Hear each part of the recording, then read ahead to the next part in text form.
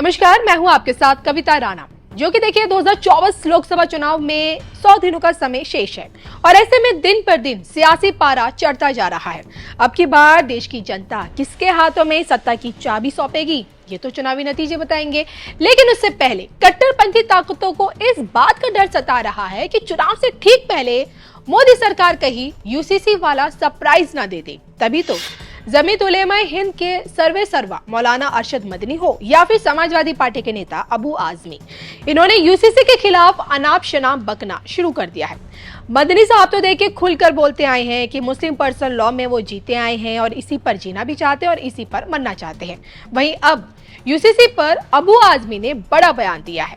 ओवैसी के सुर में सुर मिलाते हुए अबू आजमी ने न सिर्फ देश के माहौल को देश के मुसलमानों के लिए खराब बताया, बल्कि यूनिफॉर्म सिविल कोड को भी इस्लाम के विरुद्ध बताया है। बिना नाम लिए पीएम मोदी पर घातक बाण छोड़ते हुए ये भी कहा कि सत्ता में बैठे लोग मुसलमानों का इम्तिहान ले रहे हैं। मुंबई के कुर्ला से दहाड़ते हुए चेतावनी दी कि अगर आप यूसीसी लागू करेंगे तो हम भी इसका विरोध करेंगे। अब आपको याद होगा कि बीते साल 2023 में पीएम मोदी ने न सिर्फ यूसीसी की वकालत की थी, बल्कि इसे देश की सबसे बड़ी जरूरत भी बताई थी। अब देखा जाए तो 14 से लेकर अब तक भाजपा के तमाम एजेंडों को पीएम मोदी ने पूरा किया। अपने 9.5 साल के कार्यकाल में पीएम मोदी ने लोगों के उन सपनों को साकार कर दिखाया जिसका इंतजार देश के लोगों को दशकों से था। उपलब्धियों की एक लंबी लिस्ट है।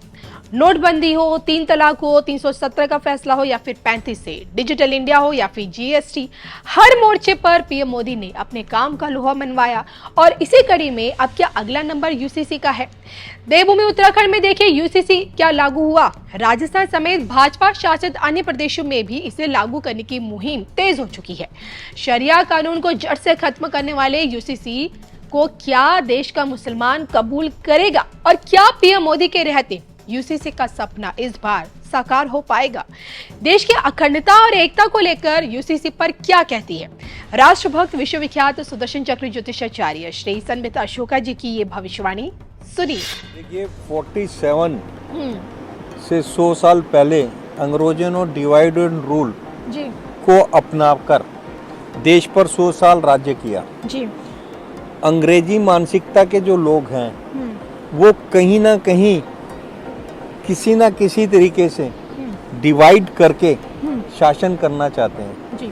जिसमें ये जो आपका अगर संविधान एक है हमारा, तो सबके लिए जो है यूनिफॉर्म सिविल कोड होना चाहिए जी।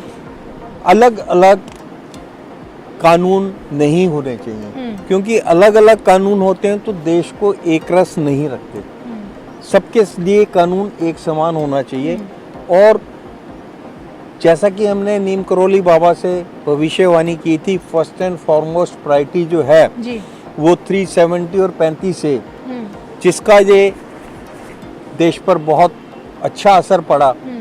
और उसके बाद सेकंड जो है आपका सेकंड जो प्रायोरिटी थी, जो अब फॉरमोस्ट प्रायोरिटी होनी चाहिए, क्योंकि बीच का 2021 जो है आपका कोरोना के भेंट चढ़ा है जी। तो वो होनी चाहिए आपका जो है जनसंख्या नियंत्रण कानून जी। और अब उसके बाद जो 2022-23 की जो प्रायोरिटी है, उसमें थर्ड प्रायोरिटी में आपका यूनिफॉर्म सिविल कोड होना चाहिए। 2022-23 में जरूर आना चाहिए जी। 2022 दिसंबर के बाद आपका जो ये विधेयक आपका यूनिफॉर्म सिविल कोड जरूर आएगा।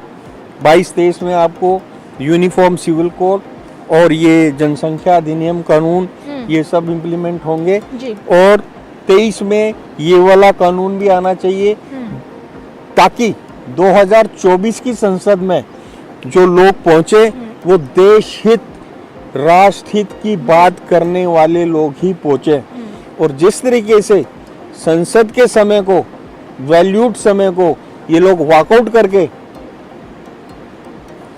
खराब करते हैं जी। वो लोग अब 24 में पहुंचे के भी नहीं, क्योंकि वो आस्ता आस्ता जो है उनकी जो है वो मेजोरिटी खत्म हो रही है। तो आने वाले टाइम में वो लोग आपको दिखेंगे भी नहीं। फिर भी इसके लिए कोई ना कोई ऐसा कानून होना चाहिए ताकि गलत, अनपढ़, गंवार व्यक्ति जो है वहां पर जाकर संसद में खड़े होके लोगों के सामने जो है जोकरों की तरह लोगों को हंसाए नहीं, कोई काम की बात करे। बिल्कुल। और देखिए श्री संबित अशोका जी के इसी पॉइंट से आप लोग कितने सहमत हैं और आपके खुद के इस पर क्या विचार है, कमेंट जरूर कीजिएगा। अब यहाँ मैं अपने दर्शकों को ये बात भी बता दूं कि यूनिफॉर्म सिविल कोड को लेकर सायरा बानो, जिन्होंने 3 तलाक के खिलाफ जंग लड़ी, उन्होंने, जिसके बाद देखिए मोदी सरकार तीन तलाक के खिलाफ कानून लेकर आई, उन्होंने भी देश में यूनिफॉर्म सिविल कोड की मांग की थी। अब सर देखिए, आपने भी भविष्यवाणी की कि आना चाहिए और आएगा।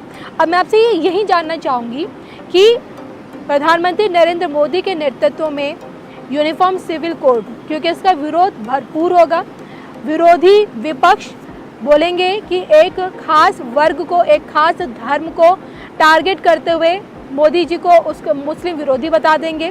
लेकिन क्या मोदी जी के नेतृत्व में ये कानून कैसे आएगा और कैसे पारित हो पाएगा?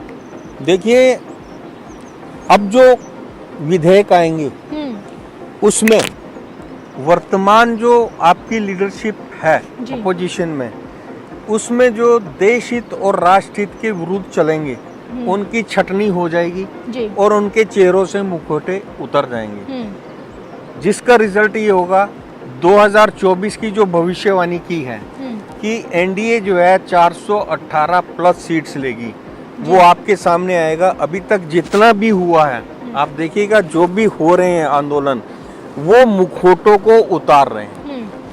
तो इसलिए जो है ये बहुत जरूरी